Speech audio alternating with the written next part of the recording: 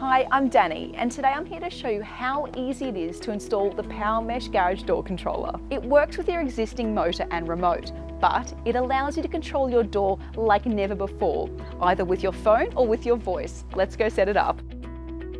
So here we have the Powermesh Garage Door Controller, the door sensor and battery, and the quick connector, which is already pre-wired to the power plug pack. There's also installation instructions, so please make sure you follow the important safety notes. Insert the door sensor battery. Simply unscrew the back cover, insert the battery, and put the cover back on. So let's head to the garage and get it installed. Before mounting the sensor, make sure the garage door is completely open. Depending on the type of garage door you have, will determine where to mount the door sensor. First, peel off the adhesive backing, and if you have a roller door, stick the sensor on one of the spokes. Mount it on the opposite side to where the motor is. If you have a sectional door, stick the sensor onto the included mount, then push onto the door shaft on either end. Finally, if you have a tilt door, stick it to the inside bottom of the door. If you ever need to change the battery, you can simply pull it off and push it back on. We need to connect the wire to the motor. Refer to your motor's manual to locate the push button switch terminals, or if you're unsure, contact the manufacturer. Finally, if you have a second door, you can wire its motor to M2. However, you'll need another sensor, which is available separately. So let's get this connected. If you have a single power point for your motor, you'll need a double adapter.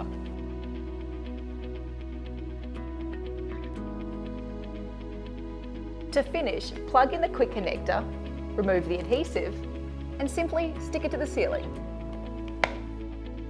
And you might want to tidy up the excess wire. And that's it. Switch it on, and when the Powermesh logo turns blue, it's ready to pair with your phone.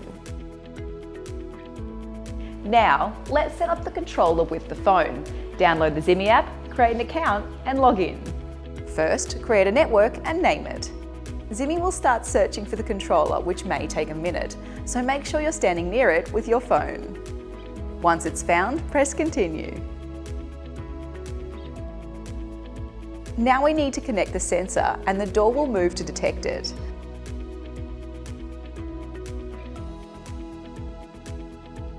Once it's found, confirm if the door is open or closed. Zimmy will train your door, so make sure the door is clear and click Start. The door will open and close multiple times, so keep your phone nearby during the process.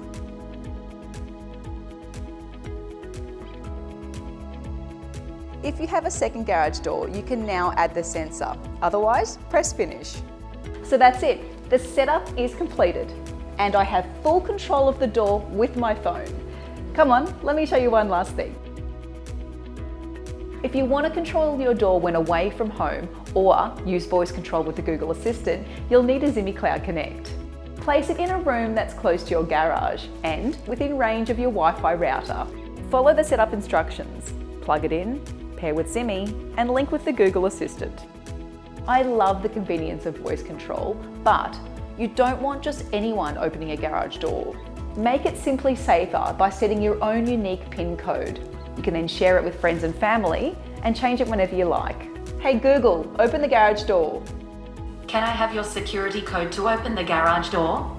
1, 2, 3, 4. Sure, opening the garage door.